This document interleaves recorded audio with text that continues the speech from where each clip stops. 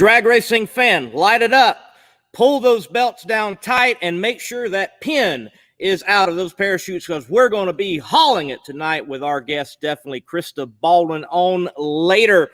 Most recent NHRA licensed top fuel pilot. Looking forward to talking to her, because there's a whole lot more to talk to her about than just that. By the way, drag racing news. Let's dive into a few points right now. Kicking off the show, Jody Austin. He nabs the 2020 Outlaw Fuel Altered Championship.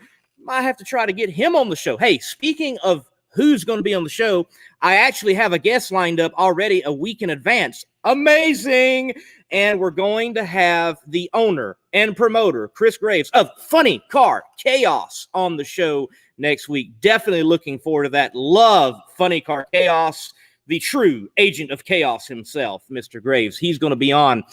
In further news, sad news, Terry McMillan and the Amelie Oil Company, they part ways at the end of the 2020 season. And if you read the article, I want you to notice that it wasn't just Terry. It is, in fact, Amelie Oil stepping away from motorsports for the foreseeable future. I hope they're back, but that is a huge blow. Think about it, folks. Amelie Oil is used by several teams. They're not just the main sponsor for Terry. They have a monster truck program. I've seen them on sprint cars and in other racing.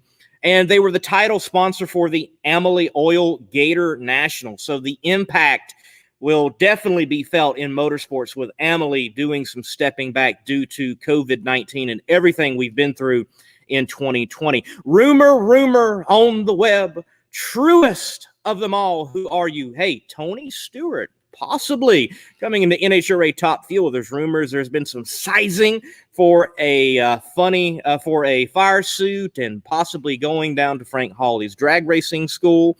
Never know. Old Smoke. Hopefully he doesn't smoke them in NHRA drag racing, but has a successful run. Would love to see him in the cockpit of a top fueler. I would think more Tony of a funny car driver, but that's just me. That's just me. PDRA drag racing is up this weekend at Galat Motorsports Park. The PDRA Drag Wars will be going down. Pro Nitrous, Pro Boost, Extreme Pro Stock, Outlaw 632, Elite Top Dragster. They're all there, and the Monday Morning Racer will be there as well to give you the action. You can see it sometime next week. The NHRA 2021 schedule drop, we'll be talking about that a few moments later. And folks, whatever you may have on your mind, we want to talk about it tonight with the Monday Morning Racer with Krista. And James, yes, I agree. Top Fuel is suffering a huge blow overall. Yes, definitely. A lot is going on. But we'll talk with Krista about that. You never know what she might be able to do, and others, fresh blood coming into the sport, and what that might very well interject and bring along new marketing partners. Well, folks, let's take a break. And then after the break, I'll introduce our guest tonight, Krista Baldwin. Looking for the perfect do-it-yourself air suspension kit for your truck? Strutmasters has got it. Our complete heavy-duty air suspension kit comes with everything you need. It bolts right in with no modifications. You can have it all. Heavy-duty hauling and towing performance, and the smooth ride you crave.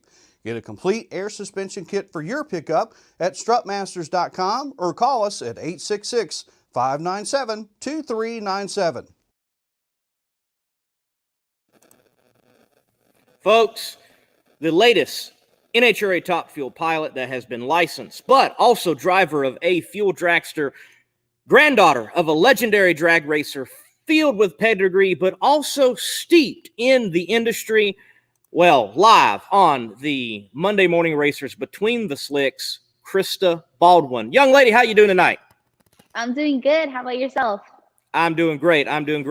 It's an honor to have you on the show. Thank you for not breaking my string of having the licensees coming on the show. Somehow, if you get your license, you got to come on Between the Slicks with the Monday Morning Racer. It's worked out some way that this year. I don't know how, but it is.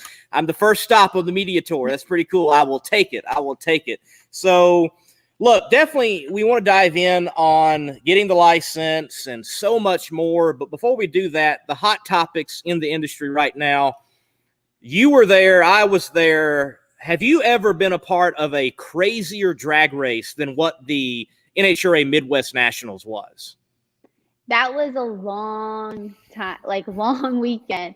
It reminds me of that Vegas qualifying session we had. It took us like 6 hours because every car that went down the track had an oil down. That was probably like 2010, I think. But it was really rough. The weather was not cooperating with us, and the track conditions continually change. And from a crew chief spec aspect, you had to keep changing your the tune up in the car to make it down the track. But it was a really wild one. But I guess that's what you get for, being in St. Louis in the beginning of fall. We just don't know how it's going to happen or what's going to happen. But it was a long session. But the cool part is of course, Top Fuel was first on Saturday. And of course, my grandpa was the second pair out, and he was number one qualifier for like 4 hours. So that was pretty neat. That was pretty much a highlight. And then, of course, we rolled into the nighttime, and then you have that aspect of the dew point. Is the weather going to meet the dew point? And fortunately, the weather was getting better as the night went on, and that allowed for some really wicked funny car racing. And of course, my boss Paul Lee, the driver of the FTI Performance Nitro Funny Car, we were able to get our first number one qualifier green hats this weekend. So that was a lot of fun. Like that, just being in the moment with him, being able to do that with him and be a part of the team. And it's fun because we were one of the first pairs of funny car to go out, and we went back to the pit and we turned the radio up, and every funny car that went down did not make it. And so we're like, we have a chance to be number one. And finally the last two go down the track, and Alan Reinhart announced that we were number one. It was cool to be with the crew at that moment and celebrate that accomplishment that we've been seeking for this year. And then, Sunday morning comes around and you think it's going to be a great race day. And that's a crazy part about drag racing. You just don't know what the day is going to bring. And, first round goes around, and pro stock, we have a crash in pro stock. And then, of course, Leah had her explosion and her blow up. And then, of course, Alexis had a blow up. And then we had a top sportsman had a blow up. So it was a rough Sunday, that's for sure. But my Monday was great. Definitely. Your Monday was great. We're going to surely talk about that. And Sunday was wild. So for the folks watching, let me bring up some of the wild moments that I was able to catch on camera. As you mentioned, the first incident, Mr. Kenny Delco suffered a roll. Let's take a look at that right now. Today, one of them. Anderson left, Delco right.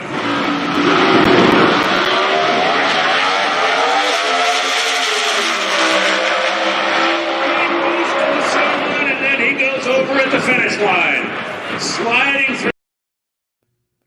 Delco, rough day to start out, and I think they were the last pair or first pair. I can't remember now, but it was definitely you could tell that the low downforce cars were having an extreme tough time on the top end. I've got to ask Krista, any aspirations, or have you been in any type of door car? And you see what happened. I mean, we're going to look at Leah's in a few moments, and it's, the natural question is why a top fueler. But what about the door cars? Your thoughts in the scheme of drag racing and the challenging of driving them? The door cars are a whole nother animal, that's for sure. Especially, it's totally different from the dragsters. The door cars, especially pro stock, you gotta go through there and slam those gears. I mean, I give them mad respect, and of course, how do you not love Erica Enders? I mean, how can you not love her, right? So she's definitely one of the idols, especially three-time champ, first woman to do that. I mean, that's huge. And so I very much aspire for her drive. Do I aspire to be in a pro stock car? Probably not. Would I take it down the track at least once? Absolutely. I mean, I do work for a clutch company, so I feel like I kind of need to experience that. And then, pro mod, those people are wild. I mean, they have like probably the biggest balls out there, I gotta say, is to run a pro mod car. But I mean, like I said, each car is its own natural beast, and you gotta learn how to dial it in and learn, continue with the track conditions. As and that was a huge question on race day, was the track conditions, especially for the door cars. I mean, heck, Pro Mod sat out, and then I know that factory stock sat out, and you just gotta, if in a sense, as a racer, it was nice to see that unity of the whole class agreeing on one thing. That's kind of what you wish for, just the well-being of all the racers. But yeah, that's a tough call. I mean, we all want to race, we all want to be out there, we all want to win the race, but where do you draw the line? And so I'm glad to see that the line was drawn, for sure. And it just sucks that Kenny Delco, I mean, it's tough. That's a tough call.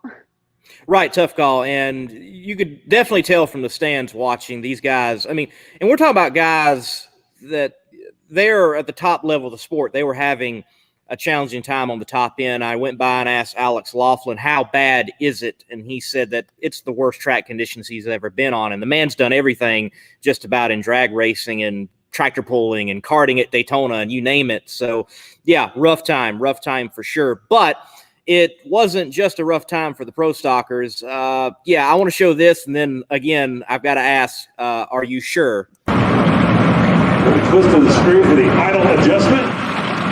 The signal to the driver. Leah racing for her points light. Tony just racing for fun.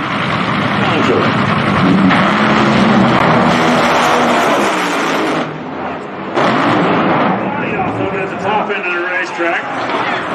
That thing just disintegrated. Tony Schumacher got the win, but that was the craziest thing I've seen. It was like the whole front of the car just disintegrated down there. Lee's car has come to a stop, and she is already opening the capsule, and Leah Pruitt climbs out of what's left of that Don Schumacher race. Well, definitely glad Leah climbs out, came out under her own power, but yeah, Monday, I mean, you're in a similar car. I just have to wonder, did you have to silence any thoughts from seeing that or hearing about that licensing Monday or, for the future? So actually when Leah did that, we were right behind her with Paul Lee's funny car getting ready for round 2. So I was actually standing on the starting line right behind her guys while that happened. It definitely, you think about it. I mean, you sign up to do this, and so there's always that level of fear. But when something like that happens, I mean, these cars are so safe. I mean, the probability of you getting hurt in one of these cars is fairly low, especially now, the day and age. And getting into a Canopy car the next day, did I think about it? Yeah, but you gotta get by that, and it's a good thing that it was a freak accident. It sucks that it happened to Leah. But like you said, I'm glad she got out of the car pretty quick. And I actually saw her at Schumacher Racing, walking around, and she looked okay this week. But, it does get in your mind, but you also signed up for it and you know what the risks are. So getting into the car on Monday, I definitely did not think about Leah. And I sincerely hoped when Leah did crash that my grandpa didn't see it. Because ultimately, he's putting like his little girl in that car. But we explained the car, explained what happened. And it just, like I said, it was a freak accident, and it just sucks, but we're grateful that everyone was okay. Definitely that everyone is okay. Look, Alan Johnson Performance Engineering says, hey, Krista, congrats. So look, let's dive into it. Folks are chiming in on it. You getting that license.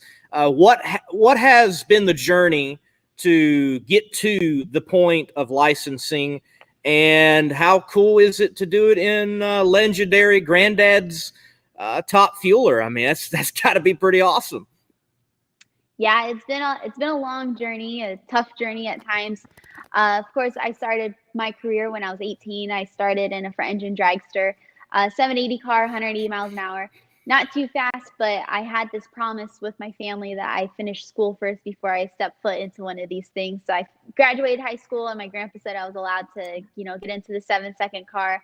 And then when I graduated college, I got into the A-Fuel car, and I've been driving that for about 5 years now. And so it was finally the natural progression of getting into the Top Fuel car. The last 2 years, my grandpa's been super supportive. When I first started, he definitely was not on board with me driving. He just thought it was a phase and I would grow out of it. But obviously, I have not grown out of it. I'm still doing it. And I think he finally realized, I have the passion and this is what I want to do. And like I said, the last 2 years, he's been great. He's giving me advice, and it's cool to have that dynamic with him where it's not just granddaughter, grandfather, but also, he's a mentor, and, he'll come up to the A-Fuel on the starting line and, critique me on what I need to do, what I need to, be mindful of. And then this year, the ending of last year, the beginning of this year, we were thinking, you know what, maybe this is time. I can get in the car, make a couple laps, try and get my license. And of course, the whole world turned upside down in March, and we were supposed to do this in Charlotte in the springtime. But it worked out. I think the timing was great. About 2.5 months ago, we brought the car down to Brownsburg from Chicago, and we've been working on it day in and day out, trying to make sure everything's perfect, going through all its spare parts. And, I've had the help with Bobby and Dom Lagana. I mean, Dominic did a great job on this car. He helped put this car back together. And, of course, Don Schumacher, he helps provide a lot of the intelligence and a lot of the parts. And of course, this is one of his cars. So I'm very honored to be working with some of the biggest names in drag racing. And, finally it was time to do this. And he's like, well, I'm going to go to St. Louis, and then we'll stay on Monday to get the license. And it's been a dream for the last week. I can't believe I actually accomplished it. Cool, lady. Living the dream. You've accomplished it. Look, Chris Ramos, he asks this: what was your reaction of being in a Top Fuel dragster? So I'm going to phrase it this way. You've been in the A-Fuel for a while, and I mean, they're not slow. I mean, those are fast cars in their own right. So going from JV to varsity, how did that feel? What was the difference in, the seat of your pants in the cockpit? If you can quantify it and put it into words, because I know it's challenging. People ask me, what's it like filming on the line? I'm like, pause on your life. Yeah, that's pretty much it. It's pretty much it. So your thoughts from that step of A-Fueler to Top Fuel? It was a big step, and I knew it was going to be. Of course, I've had friends that have made the transition from A-Fuel to Top Fuel, and especially the last couple of years, I mean, there's a lot of young people out there that, have made this transition. And of course, I did my due diligence, and I asked a lot of my friends, like, what happened or how does it feel? And a lot of them couldn't explain to me either. And it's crazy, even from the start, like doing the burnout, this car gets up on the tire so quick compared to the A-Fuel car. And then we back up from the burnout, and I'm getting up there to stage. And first of all, I was like, oh my God, this is happening when I'm doing the free stage. And, I go through my sequence and I bump it in. And when you hit the gas, it's a little bit quicker than an A-Fuel car. And as you get out there by like 300 feet, the car almost launches again, and it's so fast. I mean, I'm not gonna lie, on my first half track pull, I was a little behind the car just because it's so fast. But man, it felt so good to do it, and it's just crazy how hard the car launches and how hard the car just continues to pull you all the way through the finish line.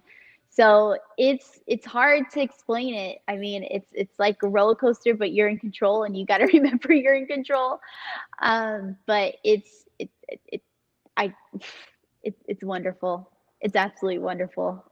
I can only imagine. I can only imagine. It's wild enough to be on the line and film these things. And I can remember the first time, no credentials. I've snuck to the line. Yes, it happened. And sometimes you just got to do it. You get the opportunity. And I'm filming the New Englander funny car, and I'm like, I'm here. It's amazing. It is definitely amazing, and glad that you're getting to experience that from the cockpit. Well, look, we're going to take a quick break. We're going to come right back in and dive into a few more particulars with you, Miss Baldwin.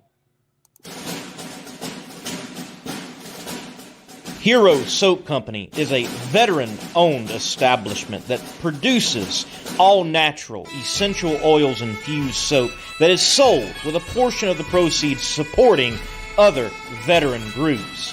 Hero Soap Company. Heroes supporting heroes. Be a hero yourself and buy a bar and let freedom clean.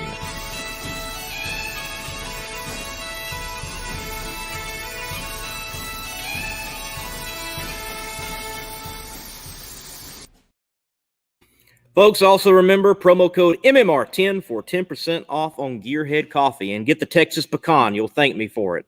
So, Krista, look, the Greek comes out with a little different scheme than what he's had recently. I don't know, kind of old school look, I think. I love it. Black and gold with the white, and look, so the Greek has got a mystique. He's been out there for so long, and, oftentimes people say the Greek, but my dad was back in the days of early match racing with Gene Cromer and a Willis and a funny car before they were what they are today. Like, they were really funny when they first started out. Yeah. And my dad remembers match racing with the Greek and with Connie and some of the other guys. And my dad always says the Golden Greek. It's not just the Greek, it's the Golden Greek, which has kind of slowly got left off over time, but he's back. Got some gold in there. So how'd y'all come up with this scheme, and why going back, with a little gold and all that? And is Granddad excited over it? Yeah. So we came up with this. I mean, his car before, it was that orange and black fade. And we just figured, we got to, come up with something new. And, one of my favorite cars that he's always had was the gold-plated car. And that was when the car was all black. It had a little bit of gold on it, but every engine part was gold-plated. It was dipped in gold. And, of course, it only lasted a couple races, and he crashed it, and he went upside down. And the way I've heard is that when he did crash, people were flooding out of the stands to go get the pieces because it was actually gold. It was gold plated, so people were trying to pick up parts, and they're fiery hot because he just ran the car.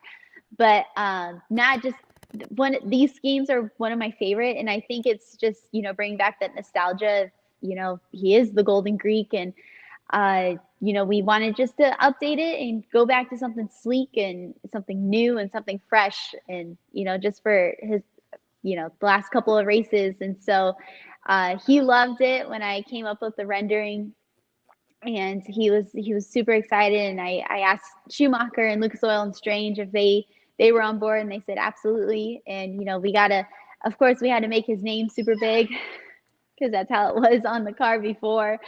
And like I said, it was one of my favorite cars that he's ever had, and I wanted to recreate that for him.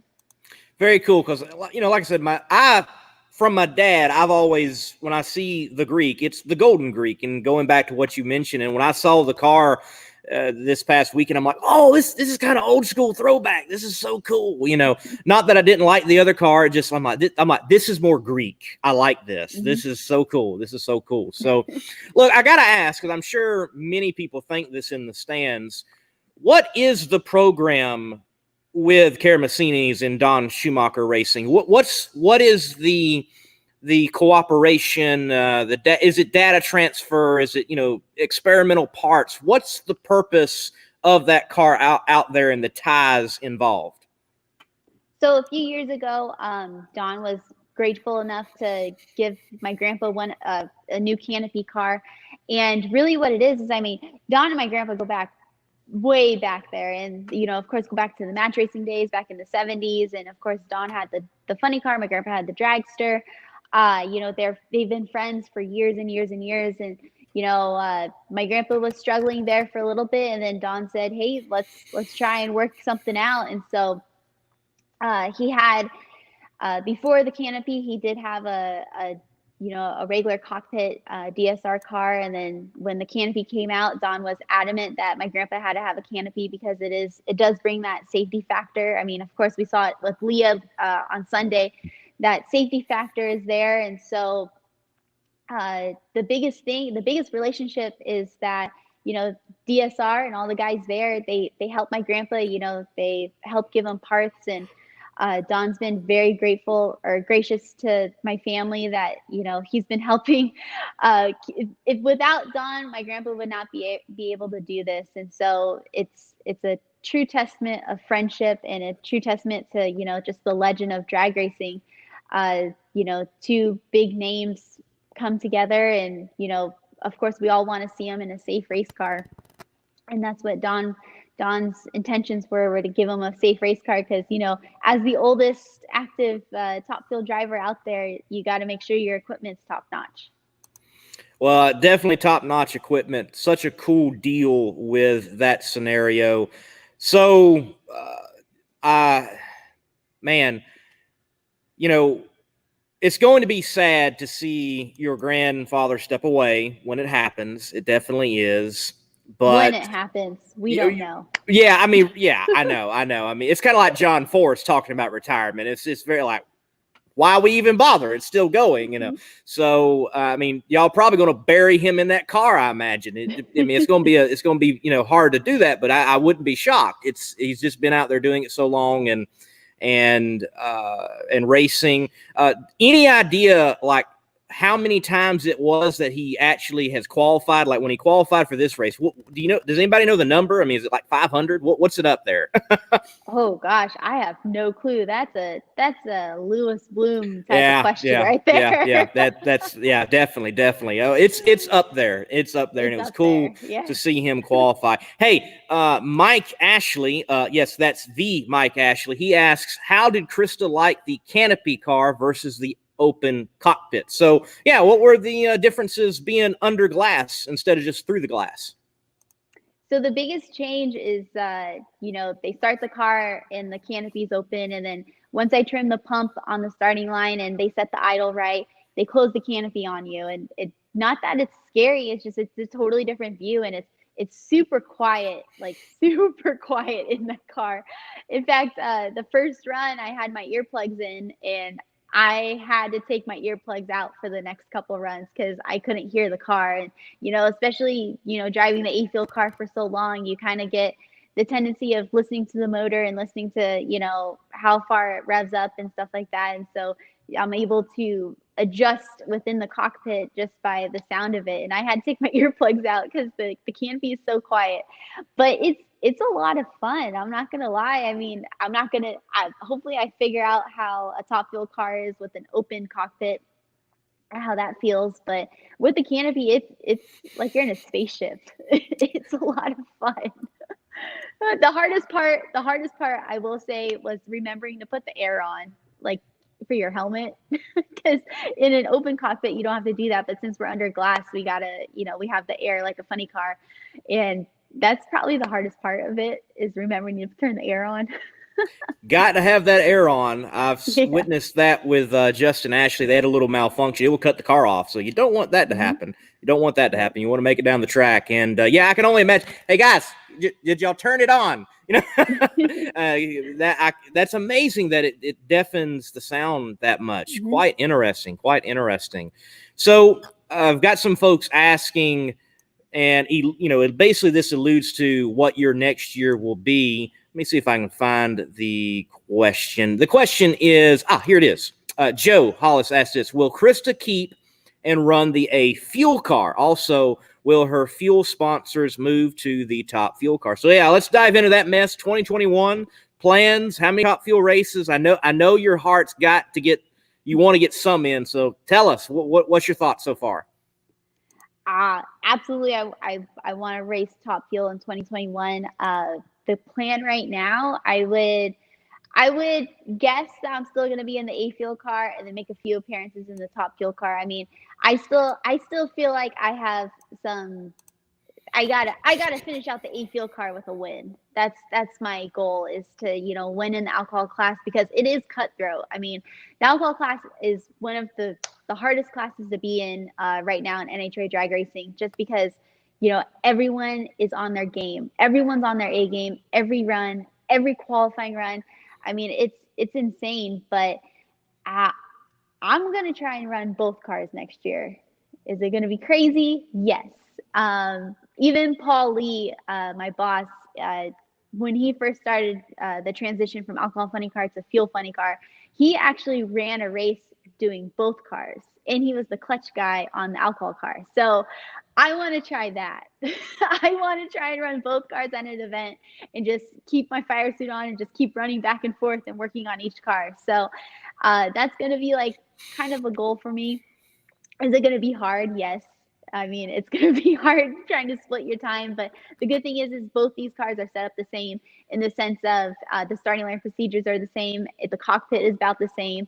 And so I think it's doable. I think that'll be a lot of fun. But of course, I'm going to try and go out there with the top fuel car and make a big break on the scene. The thing is funding. Funding is going to be really tough, especially top fuel. But the funding will be tough, but I am very optimistic for next year, because one, we have Camping World coming on board, which will be a huge thing, and hopefully that'll bring up the pay cuts, the payouts to come back up to normal. I'm very optimistic with a 22 race schedule. I think that is a smart idea on NHRA's part. I mean, 24 races is very tough. Coming from the Nitro Funny Car side, being the general manager on Paul Lee's team, I see how rough it is to, put together a program for 24 races. Doing the 2-day events, I think that's a great idea as well. I think as a fan, you get more out of a 2-day event, because the 2 qualifying sessions, you have to be like on your game and make sure your car is going to get down the track. I think it's more cutthroat, and I think as a fan, it's a lot more fun. But yeah, I hope to run both cars next year. And yes, I do believe my A fuel sponsors will come with me on the top fuel ride. But I'm still seeking for more partners and more funding, more B2B interaction that I could fund this race car with. Well, there you have it, folks, right here on Between the Slicks. Krista plans to be the Nitro Iron Woman out there next year, running a couple of classes, running the Nitro. And you brought up the schedule, so we'll go further into that can of worms. Ron asked earlier, have you seen next year's NHRA schedule, and what's her thoughts? You gave some of them. Let me specifically ask, what do you not like about the schedule? And as you answer that, I will pop the schedule up. One big thing that's not on the schedule yet is, of course, Bristol. Bristol's a beautiful track. It's a huge market area for what we need to do on a sponsorship level. I'm kind of excited to start in March and cut out 1 month, or at least 3 weeks out of the schedule. Like, it's hard doing, 9 months on the road, doing all these races. I definitely think starting with the Gator Nationals will be an interesting feat, in the sense of, we're so used to Pomona and Phoenix being the first 2. But then again, we get to go back to Southern California and the West Coast, and, doing like a mini Western swing before the Western swing. So I think that'll be interesting, just going to Arizona and to Southern California in a different time of year. So, when you think about that, it changes your tune-up, because, obviously Arizona, normally when we go there, it gets pretty chilly. California is usually pretty decent, but, you move it up another month or 2, the weather completely changes. So it'll be a new challenge for the crew chiefs and the crew and all the cars out there. So I accept that, change. Like I said, it sucks that Bristol's not on there. It definitely sucks that Joliet's not on there. Of course, that's kind of like a second home track, with my grandpa being from Chicagoland. But it is what it is. I'm very, like I said, I'm very optimistic with this schedule. I think it's going to be a good idea. And like I said, the 2-day races are a great idea. I think from a PR standpoint, the NHRA did the right thing getting this schedule out. You've just announced Camping World as your title series sponsor. Get a schedule out there. I think we all realize it can change. It probably will change. But to say, hey, this is our aspirations for 2021 with a new sponsor, I think that is a good thing to do. It's going to be interesting with the later start. I have always thought, what would a later start be like for drag racing? Because I have felt the traditional late February start at Pomona always had a little bit too much of a gap between for it and between the next race.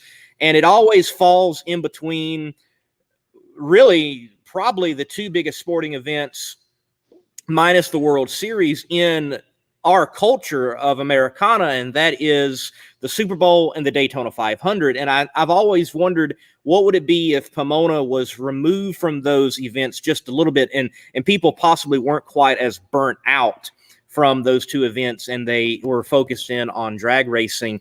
For me, the Southern Nationals, traditionally, it has not done well when you move it away from its traditional May time frame. I've seen them move it to April. It's my home national event, and it was a bust both years they tried that. So Atlanta, Commerce, Georgia in March, I don't know. We'll see. I hope it works out. But that also changes the dynamic of Atlanta drastically, because Atlanta traditionally is like one of the first warm weather events, and you find people scrambling because, Atlanta isn't the greatest track. I've drove a junior dragster on there. I can feel the bumps in a junior dragster, for goodness sake. So I can only imagine what it's like for fuel teams and pro stockers. But, I am excited over the schedule myself. I'm definitely looking forward to Virginia, and it's actually going to happen. I'm looking forward to Epping. My hope is that Epping, the NHRA will some way, Krista, help them out, please. We have an actual throwback NHRA weekend. I think Epping is the great place for that to happen because it's like a throwback facility. It has that feel. And as Mike has mentioned, and there's rumblings, Bristol is being added. So that's the rumor out there right now. I know Ron Capps said that. So, Krista, look, with the schedule up there, Bristol possibly to be added. What do you think about a Top Fuel versus Funny Car exhibition race for big money back at Bristol? Absolutely. I mean, we did that before. I was a kid when it happened, but yeah, I mean, we have such a great stepping point into 2021 where why not make more news in the sense of putting two now different but similar 10,000 horsepower machines going down the track. I mean, I remember we used to do that all the time. I remember my grandpa raced Tim Wilkerson at the World Series in Cordova, and it's a huge fan favorite. I mean, why not? Why not bring that, that excitement, that anticipation of, oh, it's a Top Fuel car versus a funny car. Let's settle the debate. Which is faster? You might as well just race them together. And I think that would be a great idea. And, going into the 70th year of NHRA competition, we got to do something big. That's the thing, is we got to do something big. Like I said, we have this awesome momentum going into 2021. I really hope NHRA takes the bull by the horns and, makes a big deal of it. Certainly. I think this year coming up can be a year in which the NHRA says, finally, we're going to do some breaking from tradition. We're going to do things differently. We're going to even, to some extent, get back to our roots. Folks, I hate to bring in NASCAR into the subject and make it as if NHRA is the redheaded stepchild of motorsports. But look, it's been that way. But NASCAR said, we're going to go back to our roots. And man, they're adding a dirt track. Yeah, they're putting dirt on concrete, but they're going to Bristol. They're going to put stock cars, the highest level of stock car racing, back on the dirt. I mean, NHRA's got to do something. They got to answer. And if Bristol's doing dirt, well, the drag strip's right next to it. They need to say, hey, we're going to have our own special event. And we don't need drag cars on dirt. That's a whole other form of drag racing. But, yes, the funny cars versus the the funny cars versus Top Fuel and see it as $1 million race where every pro class gets $250,000. Yes, that's what I want to see. That's what I want to see. Yeah, I mean, if 2020 brought anything, it brought to light the high dollar bracket race. I mean, these guys are out there winning $1 million. They're out there winning 30, 40, $50,000 in one day.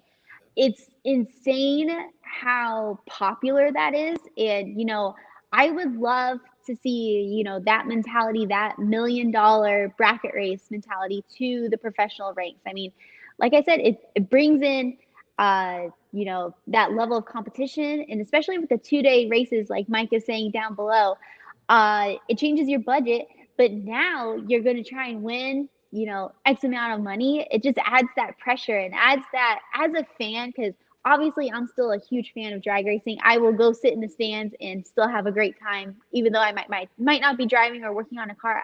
I still love this sport with all my heart. And if someone is willing to race for $1 million, you bet I'm going to sit in the stands all day and watch that. Definitely. Look, when the big money, I tell people all the time in asphalt oval racing and dirt track racing, I'm like, you want to go to the big money races because those guys get cutthroat. I mean, it is wild what happens in an asphalt race for $1 million or for 10 grand or however much. And look, go back to Funny Car v Top Fuel. They were pulling some stops in that race. I think it was Cruz, or no, it was Tony. He whacked the throttle almost like a mini dry hop trying to get Bob Vandergrift to fire off the line. I mean, those guys wanted to win that event because they knew how special it would be. So there's no telling what would be pulled out in a big money race, Funny Car versus Top Fuel. So yeah, I'd love to see it. I would definitely love to see it. Speaking of all of these creative elements, and you working for a team, I mean, you've got a lot of titles, A Fuel driver, now Top Fuel driver, and you're the creative director for the your own race team, but also with Paul Lees, if I'm not mistaken, and McLeod. So look, tell me how deep you actually are into this drag racing scene and what's the creative side of it and what are you doing there? So for a long time, when I first started, coming out of high school, going into college, like, how am I going to do this? Because I honestly didn't think I would be able to race, the way I race now. And so it's like, how am I going to be within this community, doing what I love? Even though I can't drive, I want to still be here to support the community. And so I went and applied for a internship at Competition Plus, and I was a writer for a long time. And I actually did a lot of the social media stuff for Competition Plus, and we debuted the live tweeting at an NHRA event. And then I met Paul Lee. He was racing Gary Dentrum's car out in Sonoma a while ago, and he asked me what I wanted to do in life, and I'm like, I want to do PR and I want to drive a race car. And so that's how our relationship started. Is he gave me a chance, and I was the intern for Paul's Nitro Funny Car team for a long time throughout college. And then after college, he offered me a full-time job at McLeod Racing. And so, of course, I started out as like the social media person, and then I grew into the marketing person, and then I grew into the creative director of McLeod Racing and FTI Performance and Paul Lee Racing. And so it's a lot of fun. I definitely have a lot of fun at my job. It's definitely not work. And then, of course, Paul supports me in my driving career. And, of course, he's a great mentor. And, he's been every way in a race car. And it's great to have his stability and his support in this journey of life. And I wouldn't change it for a world. But, yeah, I'm pretty deep in this drag racing game, and also in, the aftermarket, especially aftermarket things with the clutches and the torque converters and stuff like that. So it runs deep inside my veins, this racing stuff. Definitely does. Now, to be clear, McLeod is clutches and FTI is converters, correct? Yep, that's it. All right. Of course, Paul owns McLeod for a few years, and then just last year we acquired FTI Performance, so torque converters and automatic transmissions. So, and why not put one of the biggest names on the manual side with one of the biggest names on the torque converter side? So it's been a great partnership, great acquisition so far. Probably the only place that clutch and automatic people can come together in a happy union. Probably. Now, Yes. Krista, I've got to ask this. The Greek and that side of the family gives a lot of love, but the other side of the family, the Baldwin side, I mean, they're steeped in it just as much. So, clue folks into a little bit of the history of the Baldwins in drag racing and where their involvement has been. So my dad was Bobby Baldwin. He raced a top fuel dragster from the mid 80s to the early 2000s. And actually my grandfather, my dad's dad, his property was the parking lot of the Fairplex, right up against the hill. And so every year since my dad was a little kid, he would ride his bike down the hill to go watch the drag races. And so he has not missed Winter Nationals or World Finals for many, many years. And he knew that's what he wanted to do. He had his own grading business, and that's what funded the race car. And he came out in the 1980s, and he got right into a top fuel car, which is crazy. But then again, in the 80s, you didn't really have like those stepping stones like we do now. And he had his own private top fuel car, funded it himself. And then, of course, he met my mom at a racetrack down in Houston, and that was it. That's how my parents met, was at the races, of course. And so my dad drove his own top fuel dragster. He actually drove for my grandpa a few times too, during the red car era. And like when I was a little kid, I went from pit to pit. Each trailer had its own sets of toys, so I decided which toy I wanted to play with that day. So I would go to that pit to hang out. But it's a surreal feeling, having two top fuel cars in my family. We used to go up to Spokane for the AHRA World Finals, and they would put my grandpa versus my dad a lot. And so, I mean, who do you root for? And so I was a little kid in the tow vehicle, and yeah, that was like the way of life. That's how, this drag racing, this nitro bug got me so early.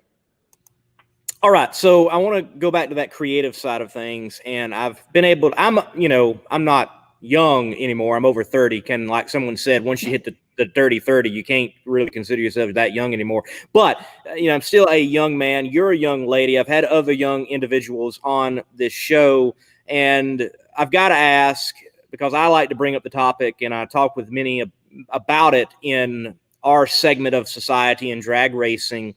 Give me your perspective as creative director with what you're doing, 3 things that the NHRA could do to improve the drag racing product tomorrow.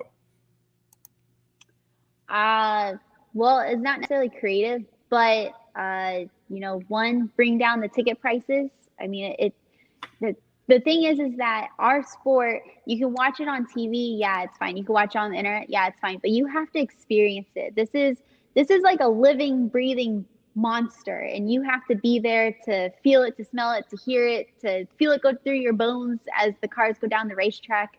And so we just want to make sure that we bring out more people to the track, because it's really an on-site activation from the PR aspect. And, it's all your senses, being ignited at once.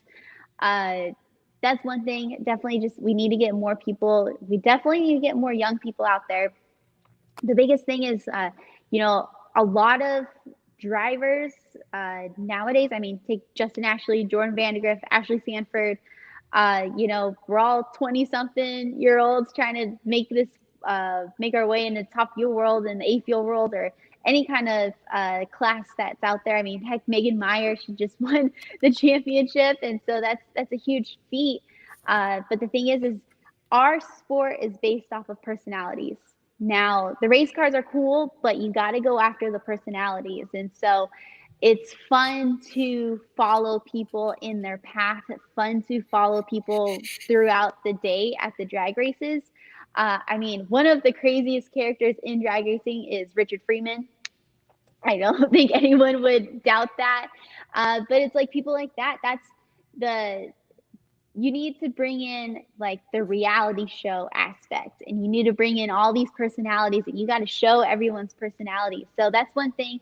Like I said, the cars are super cool, and definitely it's like a science experiment every time we go down the racetrack. And it's a, like I've always said, it's a big puzzle, and you have to have every piece to fit right to make that car go down the racetrack, which is a huge thing. But I think moving into this 2021, the Camping World edition of NHRA, if we can showcase more of the personalities, I think they did a great job when they did the individual interviews within the last 2 years, you know, between Leah and Clay and Angel and Cruz. And, you know, that's a great marketing tool because sponsors want to see not only their name out there, but they want to see the representative that they chose.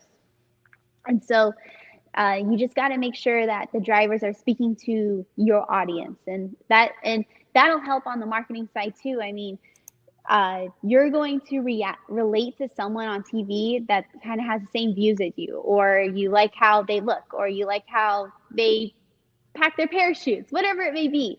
But I think we got to show the personalities of the drivers and the crew. I mean, there's so many people out here that are so talented, and the crew chiefs, they're wizards out here, right?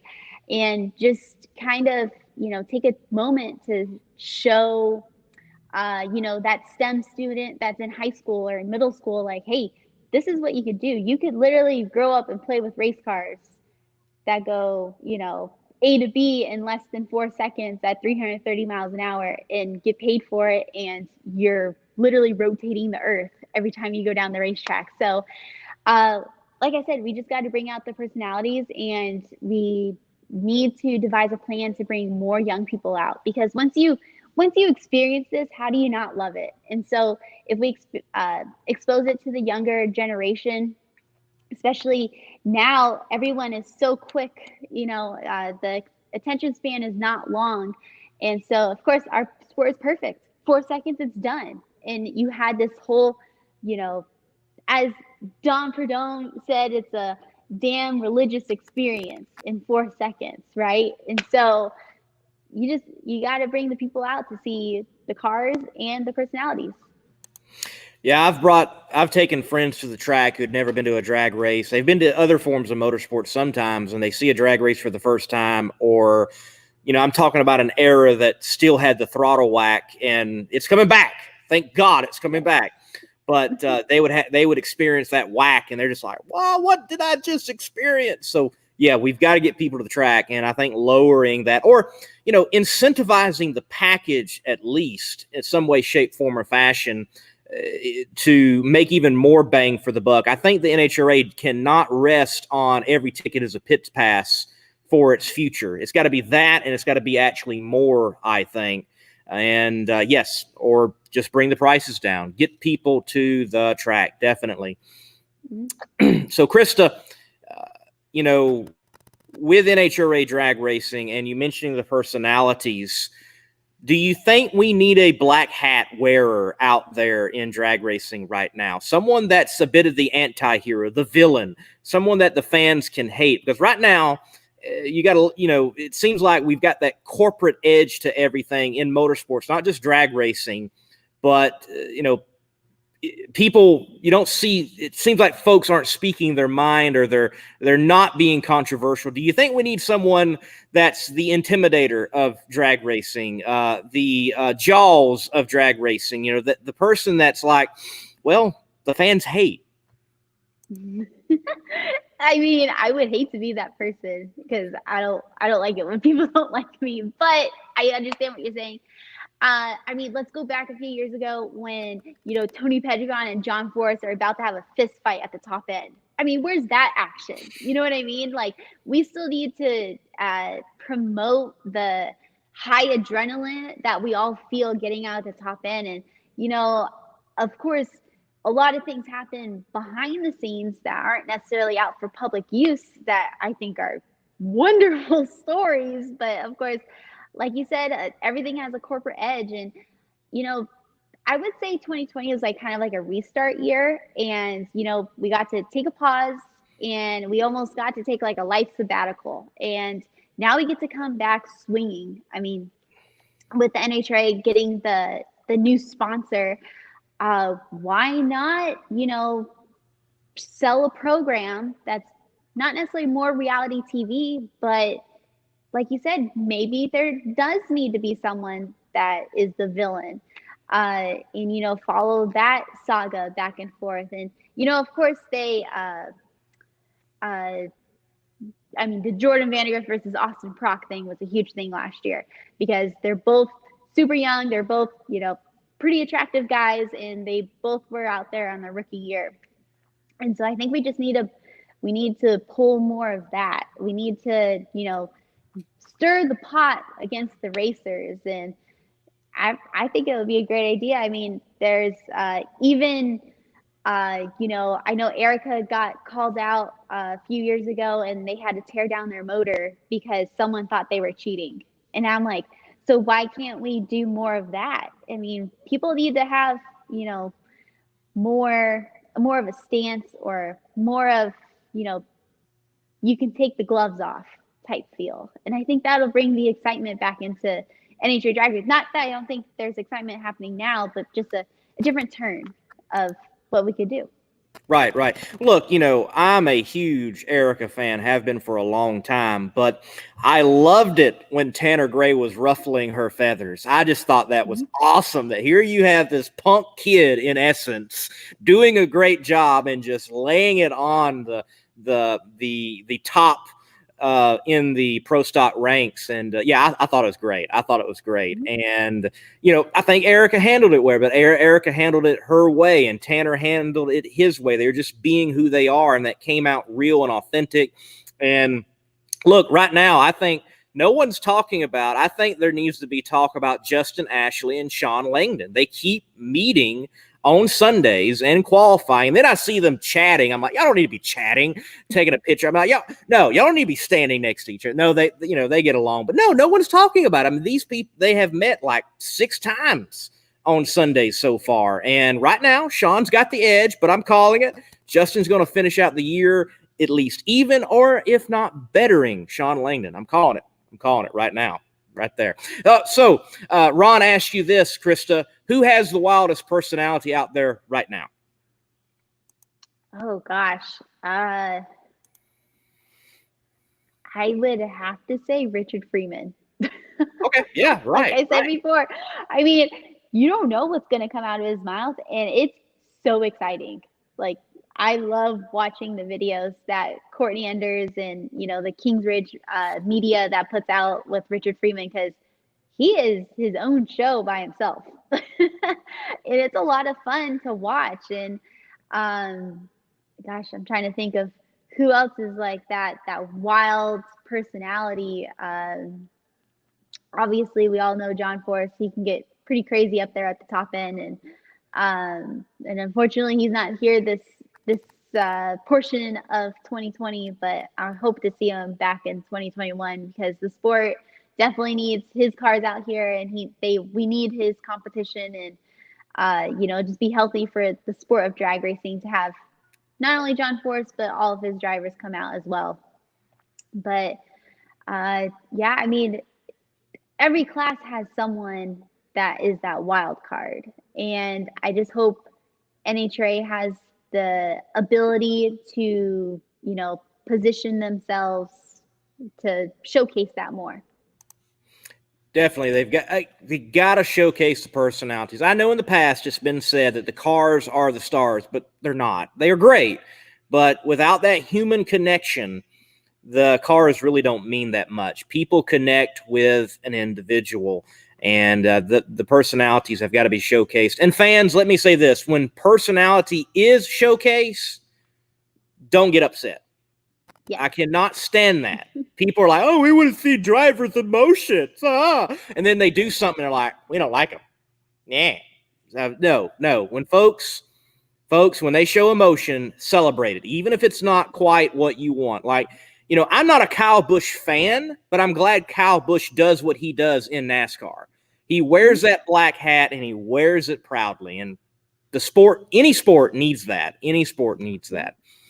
All right, Krista. Well, look, thank you for being on tonight. We've reached the end of the show. We're in the shutdown area, and it's been a great show. We're not on fire. The chutes haven't burned off, and we're not heading toward the sand trap. Thank God. So, yes. From you, last words to fans, competitors, whatever you want to say in the shutdown. The biggest thing is thank you. Thank you to everyone out there. Gosh, the last few days I've gotten tons and tons of notes and messages and pictures and congratulatory. I mean, thank you so much. I'm excited to have this journey and be able to share it with you guys. And I'm really optimistic for next year. It's going to be a lot of fun, and I'm excited to race with my grandpa in the same car. And, you know, I can't wait for what 2021 brings. It's going to be a lot of fun, and I hope you guys stick around. I know it's tough right now, but, you know, keep your eyes on the horizon. I think it's going to be a great year. Man, looking forward to the rest of 2020. Looking forward to 2021 with you as a rising star. Definitely, Krista. Thank you for being on the show. And the next time at the track, definitely I'll come by whichever pit you're hanging out and chat. Absolutely. Thank you so much. Thank you. Take care. Folks, that was Krista Baldwin, the next and newest rising star in top fuel drag racing, period, steeped in it, heritage. She's got it all. She's got it all. Possibly in her future, a lot of wins. We will see. Death Trap Hot Rods, he says, another great show, Lee. Thank you, sir, for watching and commenting. I appreciate that. Brandon, love you, Lee. I'll take it. I'll take love anywhere I can get it. Sam says, great one, Lee. Appreciate that, guys. Let me say this, though. Having a guest like Krista makes it easy. Looking forward to what her career will be in the future.